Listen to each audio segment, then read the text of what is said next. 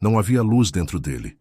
Não havia som além do eco surdo do próprio metal, resfriando sob o peso das pedras empilhadas ao redor, camada sobre camada, até que a estrutura inteira se tornasse parte da paisagem de Naxos, uma ilha no Egeu que ninguém havia associado à guerra e que, por isso mesmo, se tornava o esconderijo perfeito para o que estava trancado em seu interior. A Ilíada registra a cena com sobriedade desconcertante. O deus da guerra, filho de Zeus e Hera, nascido do trovão e da tempestade, companheiro das entidades que personificavam o terror e o medo, foi dobrado, enganado e trancado dentro de um recipiente de bronze por 13 meses. Se você gosta de filmes como esse, assista até o final. Se inscreva nesse canal e deixe seu comentário dizendo de onde você escuta. Antes disso, o Olimpo ainda consolidava seu domínio sobre o mundo. A geração de deuses que governava sob Zeus havia vencido Titãs, aprisionado Cronos nas profundezas do Tártaro, dividido o cosmos entre si e estabelecido uma ordem que se pretendia definitiva. Mas as tradições antigas preservam com consistência a ideia de que essa ordem era testada continuamente. Por mortais ambiciosos, por criaturas que habitavam os espaços entre os mundos e por entidades que haviam crescido com força suficiente para desafiar até os imortais. Os Aloídas eram duas dessas entidades. Oto e Efialtes, filhos de Poseidon, cresceram em proporções que desafiavam a lógica da criação. As fontes que chegaram até nós descrevem dimensões colossais, crescendo à razão de uma cela por mês durante os primeiros anos de vida. Com essa escala, vinha uma arrogância proporcional. Os dois anunciaram que pretendiam tomar Hera para a esposa de um e Ártemis para o outro. Empilharam ossa sobre Pelion, montanha sobre montanha, tentando alcançar o patamar dos imortais no Olimpo. Quando o ataque frontal mostrou seus limites contra a resistência divina, mudaram de estratégia. A tradição preservada nas fontes antigas narra que os dois gigantes não combateram Ares com força direta. Usaram engano, atraíram o deus para terreno favorável, operaram com velocidade que sua brutalidade não conseguiu antecipar e aprisionaram-no antes que ele pudesse reagir. Não há registro do exato ponto onde a emboscada aconteceu. As fontes não preservam esse detalhe, mas o resultado está documentado com clareza nos textos que chegaram até nós. Ares foi levado até a ilha de Naxos e trancado dentro do bronze. O Olimpo não percebeu imediatamente. Essa é a parte que as fontes preservam com precisão mais reveladora do que qualquer batalha. Nenhum deus notou a ausência do deus da guerra com urgência. Zeus conduziu os assuntos do mundo. Hera manteve seu tribunal. Atena planejou e organizou. Hermes percorreu o espaço entre os mundos. Poseidon agitou os mares. Ares não fez falta. O deus que encarnava o conflito desapareceu, e o cosmos continuou. Guerras mortais prosseguiram sem sua intervenção direta. O equilíbrio entre forças opostas se manteve através de outros meios, da astúcia, da estratégia, da disciplina que Atena representava. E durante 13 meses, a ausência do impulso violento não paralisou o mundo. 13 meses depois, foi Hermes quem encontrou o jarro. As fontes antigas não detalham como o deus mensageiro chegou até lá. Se foi através de informação obtida durante suas viagens, se foi através da observação acurada que caracterizava seu modo de mover-se pelo mundo, ou se foi por outra via que os cronistas não preservaram. O que descrevem é o estado em que encontrou Ares, exausto, enfraquecido em formas que o bronze havia amplificado, reduzido em uma maneira que nenhuma ferida em campo aberto poderia produzir. A criatura que havia gritado como tempestade viva em campos de batalha saiu do confinamento, carregando algo que nenhuma cicatriz visível poderia expressar. Uma marca invisível, impressa no registro coletivo dos imortais. Hermes não anunciou o resgate. Libertou Ares em segredo e os dois retornaram ao Olimpo sem cerimônia. Zeus recebeu o filho sem celebração. A reputação de Ares entre os deuses nunca havia sido sólida. O próprio pai o considerava o mais odioso de seus filhos. Essa declaração está registrada na Ilíada com uma franqueza que não deixa espaço para interpretação diferente. Zeus admitia a utilidade da guerra, reconhecia que o conflito era parte inevitável do funcionamento do cosmos, mas desprezava a forma como Ares habitava essa função, sem disciplina, sem cálculo, sem propósito além da destruição em si. Não era a guerra a que Zeus se opunha. Era a guerra como identidade, como fim, como prazer em si mesmo. A captura pelos Aloídas confirmou o que muitos já suspeitavam. A violência pura sem estratégia era uma ferramenta que podia ser desarmada. Não por força superior. Os Aloídas eram colossais, mas não eram invencíveis, mas por engano, por paciência, por um plano executado com precisão contra um Deus que nunca havia desenvolvido defesas contra o planejamento alheio, porque nunca havia desenvolvido o planejamento próprio. Ares não tirou o ensinamento disso. Essa também é uma informação que as fontes preservam, não por declaração direta de algum cronista que afirme Ares não aprendeu, mas pela sequência de eventos que se seguiram ao cativeiro e que repetem o mesmo padrão com uma regularidade que os textos gregos registram sem aparente intenção de julgamento, apenas de descrição. O que acontece a Ares acontece porque Ares é Ares, não porque ele escolheu ser de outro modo e falhou, mas porque sua natureza não comporta escolha de modo diferente. Cercava-se de Deimos e Fobos, terror e medo, que as tradições gregas registram como entidades inseparáveis de sua presença em campo. Ênio, a devastação, completava o cortejo. As Queres, espíritos da morte violenta, seguiam onde ele caminhava. Não era um exército, era um estado de espírito que precedia qualquer batalha. Os espartanos reverenciavam essa força com uma devoção que as fontes antigas descrevem como austera e funcional. Em Esparta, onde a guerra era organização, disciplina e sobrevivência coletiva, Ares representava a reserva de violência pura que precisava existir por baixo de toda a estrutura militar. Outros gregos temiam o que essa força representava sem contenção. Atenas construiu sua identidade em torno da figura oposta.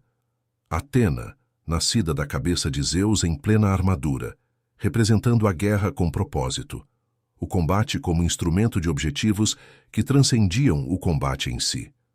A cidade olhava para Ares e via o que ela não queria ser.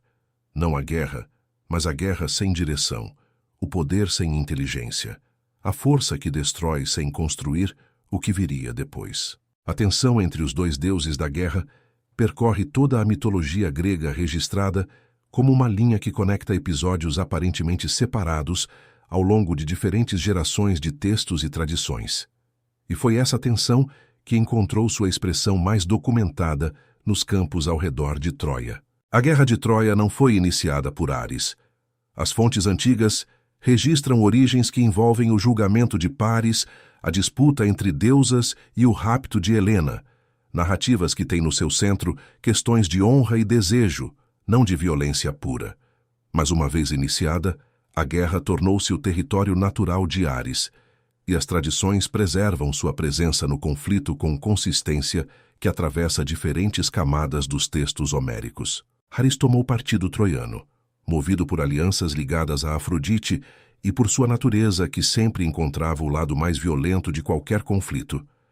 Nos campos entre as muralhas e os acampamentos aqueus, ele não operava como comandante que traça estratégias, operava como fenômeno. Sua presença inclinava o peso da batalha, não por tática superior, mas pelo terror que seu cortejo espalhava entre os combatentes mortais. Nos primeiros dias em que esteve ativo no campo, os troianos avançaram. As fontes homéricas registram isso com uma precisão visual que permite imaginar o campo. As fileiras aqueus recuando, não porque houvesse algum comandante troiano de talento excepcional dirigindo o ataque, mas porque havia uma presença que os homens reconheciam antes de ver, que chegava como pressão no peito antes de chegar como forma visível no campo. Deimos à frente, Fobos nas laterais, e Ares no centro, avançando com a cadência de uma força que não precisa de estratégia porque não precisa de conservação.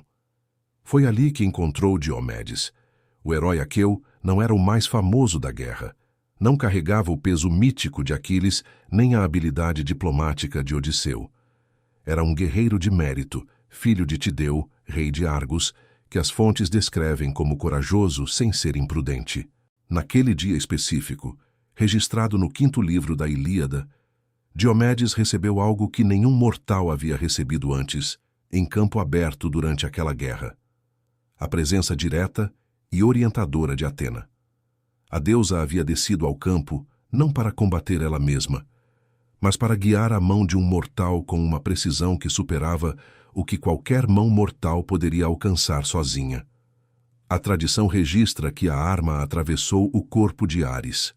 O deus que havia sobrevivido ao confinamento de 13 meses no bronze de Naxos, que havia retornado ao Olimpo e ao campo de batalha sem aparente dano permanente, que havia inclinado o peso da maior guerra da era heróica com apenas sua presença, sangrou. O ícor escorreu de uma ferida causada por um mortal orientado por uma deusa. O brado que seguiu foi registrado na Ilíada com uma imagem que permanece entre as mais vívidas da literatura grega antiga. O grito de Ares ecoou com a força de 10.000 homens simultaneamente. Não era o brado de vitória que sua natureza conhecia e produzia com prazer. Era dor. Era humilhação com uma especificidade que ia além da ferida física. Era a exposição, diante de mortais e imortais, de que o deus da guerra podia ser ferido por um mortal. Ares abandonou o campo de batalha. Subiu ao Olimpo sangrando ícor, e foi diante de Zeus que expôs sua queixa. Não havia dignidade na cena descrita pelas fontes. Havia ressentimento mal contido, dor física e a expectativa de que o pai, que havia distribuído domínios e estabelecido ordens, que havia vencido titãs e firmado o poder olímpico, interviesse em favor do filho ferido. Zeus não demonstrou compaixão. As palavras preservadas pela tradição são diretas. Chamou Ares de instigador de conflitos sem propósito. Afirmou que ele havia herdado o pior da mãe, Hera, com sua tendência à agitação, ao desequilíbrio, ao movimento que destrói antes de construir. Mandou que Peã, o médico dos deuses, curasse a ferida com as ervas específicas que as fontes associam à cura divina. Mas a ordem para a cura não carregava compaixão. Carregava apenas a lógica de que um filho imortal não deveria sangrar indefinidamente. A ferida fechou. Ares voltou ao campo de batalha com a mesma natureza com que havia saído. O Olimpo havia testemunhado a sequência completa: o avanço, a ferida, o grito, a fuga, a queixa, a repreensão do pai, e a imagem não poderia ser desfeita pela cura de Peã. Zeus havia declarado sua opinião sobre o filho em voz alta, diante de outros imortais, não como julgamento emocional do momento, mas como avaliação de caráter que encontrava justificativa renovada em cada episódio registrado pelas tradições. O deus da guerra era necessário. Também era desprezível. Essa tensão definia sua posição entre os olímpicos com uma clareza que nenhum outro deus compartilhava. Poseidon era temperamental, mas governava. Apolo podia ser cruel, mas criava. Dionísio perturbava a ordem, mas oferecia transformação. Até Hermes, o mais ambíguo dos olímpicos em questões de honestidade e lealdade, produzia conexões, transferia conhecimentos, cumpria funções que o cosmos precisava. Ares apenas destruía, e era amado por isso apenas em lugares onde a destruição era o único caminho para a sobrevivência.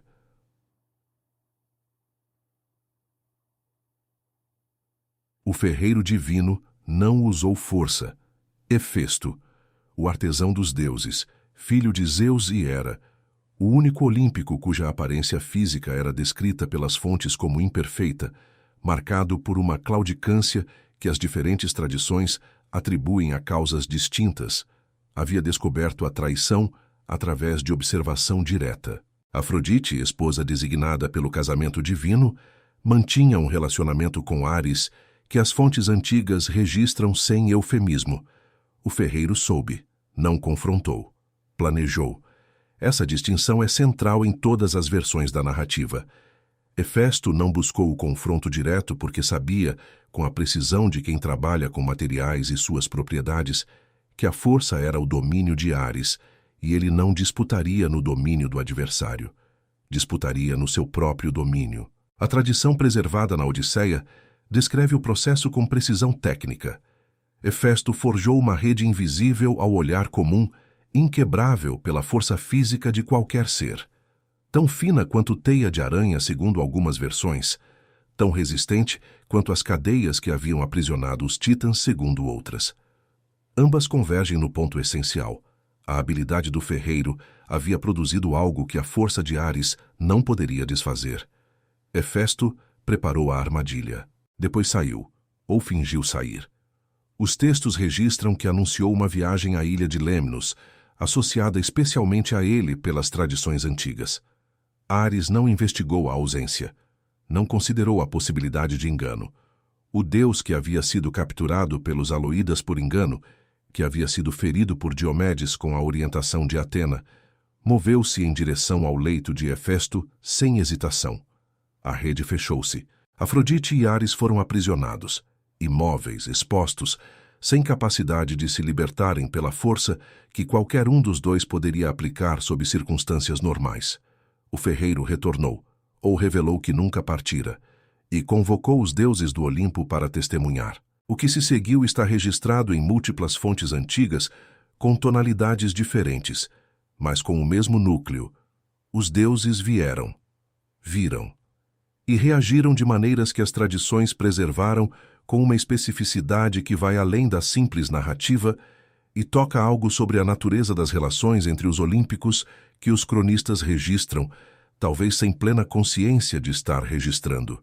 Apolo virou-se para Hermes e fez uma observação que os textos registram como irônica, questionando se o deus mensageiro aceitaria aquela situação constrangedora em troca da companhia de Afrodite. Hermes respondeu que sim, sem hesitação segundo as fontes, que aceitaria, com mais correntes, diante de mais deuses, se o preço fosse aquele. As deusas não apareceram para testemunhar a cena. As fontes são específicas quanto a isso, e diferentes cronistas especulam sobre as razões. Pudor, segundo alguns. Solidariedade silenciosa com Afrodite, segundo outros. O que as fontes registram com consistência é a ausência feminina diante da humilhação de Afrodite e Ares. Cada deus masculino que compareceu trouxe sua observação. Nenhum trouxe socorro. Poseidon negociou a libertação. A tradição registra que o deus dos mares, que tinha suas próprias razões para manter boas relações com diferentes partes envolvidas, dado que Ares era filho de Zeus, cujo poder supremo Poseidon respeitava na medida do necessário, ofereceu sua palavra de que Ares cumpriria uma compensação a Hefesto pelo ultraje. O ferreiro aceitou sob condições que as fontes descrevem de modos ligeiramente diferentes, mas que convergem na ideia de garantias formais antes da libertação. A rede foi afrouxada. Ares saiu do leito de Hefesto como havia saído do jarro de bronze dos Aloídas, pela intervenção de outro deus, não pela própria força. A sequência era inconfundível para qualquer imortal que conhecesse sua história, e todos a conheciam. O deus da guerra, aprisionado pela segunda vez, documentada nas fontes, não por força superior, mas por astúcia aplicada com paciência. O ferreiro coxo havia vencido o guerreiro sempiterno, não com músculos, mas com metalurgia, estratégia e conhecimento do comportamento previsível de um adversário que nunca havia desenvolvido cautela porque nunca havia precisado dela, ou nunca havia sobrevivido a consequências suficientes para aprendê-la. Ares partiu para a Trácia, região que as fontes antigas associam com frequência à sua presença, ao seu culto, às populações que as tradições gregas descrevem como especialmente devotas à violência do combate, sem que os textos registrem qualquer resposta além do afastamento. Não havia como responder. A exposição havia sido completa. O riso dos deuses havia sido documentado. A intervenção de Poseidon havia sido necessária para sua libertação. E Hermes havia declarado publicamente diante de todos os olímpicos presentes que aceitaria o mesmo destino por uma fração do que Ares havia trocado por isso. O silêncio que se seguiu ao afastamento era mais eloquente do que qualquer grito de 10.000 homens. Sua filha Alcipe foi o próximo episódio que as fontes preservam com consequências que ultrapassaram o evento imediato e produziram algo duradouro na mitologia e na história de Atenas. Halirrócio, filho de Poseidon, tentou violentá-la. As fontes não detalham as circunstâncias que levaram ao encontro ou ao intento, apenas registram o ato e sua interrupção. Ares interviu e matou Halirrócio antes que o ato se consumasse.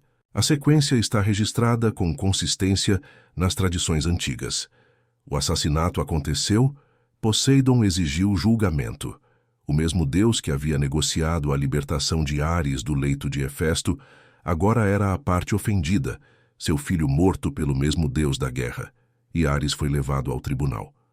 O local escolhido foi a colina rochosa ao noroeste da Acrópole de Atenas, o Areópago, a colina de Ares. As tradições preservadas descrevem que o tribunal convocado para julgar o Deus da guerra foi composto pelos próprios olímpicos, reunidos em uma instância que as fontes posicionam como precedente para o julgamento formal de crimes graves, incluindo o assassinato, na tradição jurídica que a cidade de Atenas desenvolveria séculos depois. Que o local tenha recebido o nome de Ares a partir desse julgamento é uma informação que as fontes preservam com consistência. Ares apresentou sua defesa. As fontes sintetizam-na em sua forma mais essencial. Havia protegido a honra da filha contra um ato de violência documentado. Havia chegado após o intento iniciar-se. Havia agido com a velocidade que a situação exigia, sem possibilidade de recurso a outras formas de intervenção que um tribunal posterior poderia ter preferido. A morte de Alirócio era consequência direta de sua tentativa de violência, não de conflito anterior, não de rivalidade, não de guerra, mas de uma função que os gregos reconheciam como legítima, mesmo quando exercida por meios letais. O tribunal deliberou. A absolvição foi registrada pelas tradições como um precedente que se tornaria mais significativo do que o julgamento específico que o produziu. A defesa de descendentes contra a violação era motivo legítimo para o uso de força letal, mesmo quando esse uso resultava na morte de um filho de divindade. O princípio atravessou a fronteira entre o mundo dos imortais e o mundo dos mortais e foi incorporado à tradição jurídica ateniense. Ares saiu absolvido. Foi um dos poucos momentos em que sua violência encontrou estrutura moral reconhecida por uma instância além de si mesmo, além do impulso, além da natureza, além da simples inevitabilidade do conflito que sua presença produzia. Mas o fato de que precisou de julgamento, de que a morte de Alirócio gerou processo formal, que Poseidon exigiu tribunal, que os olímpicos se reuniram para deliberar sobre a ação do deus da guerra, revelava algo sobre sua posição no cosmos que transcendia qualquer veredicto específico. Suas ações exigiam julgamento, as de Atena raramente. Esse contraste não era acidental nas tradições gregas. Era o ponto central de uma dicotomia que os gregos preservaram com cuidado ao longo de séculos de narrativas, cultos, festividades e filosofia. A diferença entre a guerra como instrumento e a guerra como identidade. Entre o conflito a serviço de algo maior e o conflito como fim em si mesmo. Entre Atena e Ares. A absolvição no Areópago foi um reconhecimento de que mesmo a violência mais crua podia, em circunstâncias específicas, alinhar-se com a justiça, mas não transformou Ares em guardião da justiça. Não alterou sua posição entre os olímpicos. Não suavizou a declaração de Zeus que os textos homéricos preservam com clareza. Após a série de episódios que as fontes documentaram, o cativeiro em Naxos, a ferida em Troia, a armadilha de Hefesto, o julgamento no Areópago, a presença de Ares no Olimpo, tornou-se incômoda de um modo que as tradições posteriores descrevem com linguagem de afastamento progressivo. Não há um único mito que narre uma expulsão formal e definitiva. O que as fontes descrevem é uma marginalização que se aprofunda. A cadeira que permanece ocupada por alguém que os outros deuses toleravam sem celebrar, a voz que era ouvida sem ser considerada, a força que era reconhecida como necessária sem ser desejada. Entre os romanos, a transformação de sua imagem foi documentada ao longo dos séculos em que Roma expandiu seu domínio pelo Mediterrâneo. Sob o nome de Marte, o deus da guerra recebeu uma dimensão que os gregos nunca lhe atribuíram, a de pai simbólico de um povo. As tradições romanas associam Marte à paternidade de Rômulo e Remo, os fundadores míticos da cidade, estabelecendo uma linha de descendência divina que legitimava a grandeza de Roma não pela astúcia de Atena, mas pela força ordenada de um deus da guerra que, no contexto romano, havia recebido a disciplina que os gregos nunca reconheceram em Ares. O mês de março levou seu nome. O campo de Marte, em Roma, foi consagrado ao treinamento militar. Mas isso era Roma, e Roma havia reformulado o mito para servir ao seu projeto.